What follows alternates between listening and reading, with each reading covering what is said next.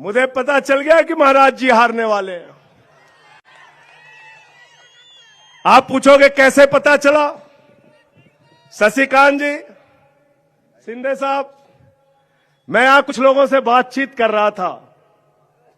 मैंने कहा भाई यहां कौन जीत रहा है? बोले शशिकांत जीत रहा है। मैंने कहा कैसे जीत रहे हैं? बोले देखो भाई, हम लोग मानते हैं छत्रपति शिवाजी महाराज जी को, और छत्रपति शिवाजी महाराज आदिल शाह के सामने नहीं झुके, हमारे उदयन महाराज अमित शाह के आगे झुक गए।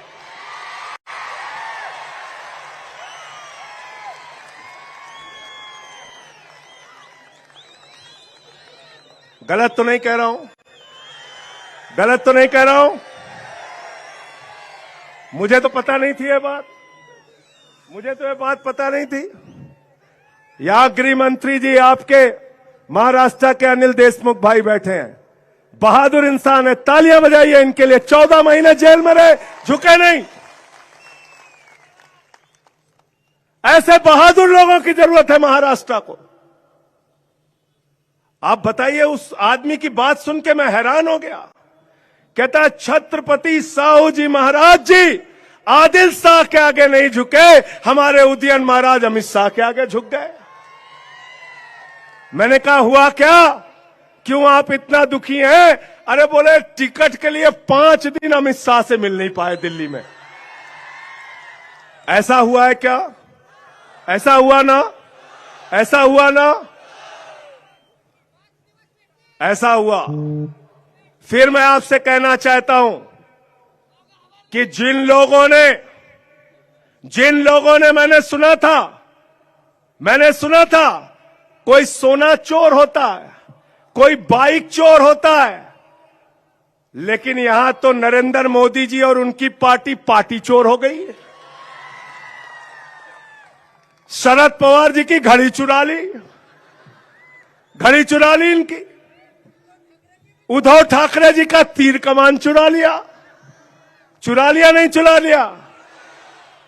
उद्धव ठाकरे जी मसाल लेके निकल गए हैं, और हर युद्ध के लिए शरद पवार जी आप लोगों के साथ मिलकर महाराष्ट्र के स्वाभिमान के लिए, राष्ट्र के स्वाभिमान के लिए, देश के स्वाभिमान के लिए इस तानाशाह को हटाने के लिए तैयार हैं।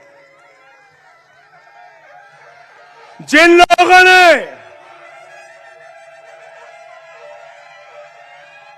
देखिए, ये तुतारी बज रही है, ये शंखनाद है युद्ध का। जिन लोगों ने बाला साहब ठाकरे और उद्धव ठाकरे जी की तीर कमान चुराई है, जिन लोगों ने शरद पवार जी की घड़ी चुराई है, उनकी जमानतें इस बार जमानतें जब्त करा के 48 की 48 सीटों पे हराने का काम करना।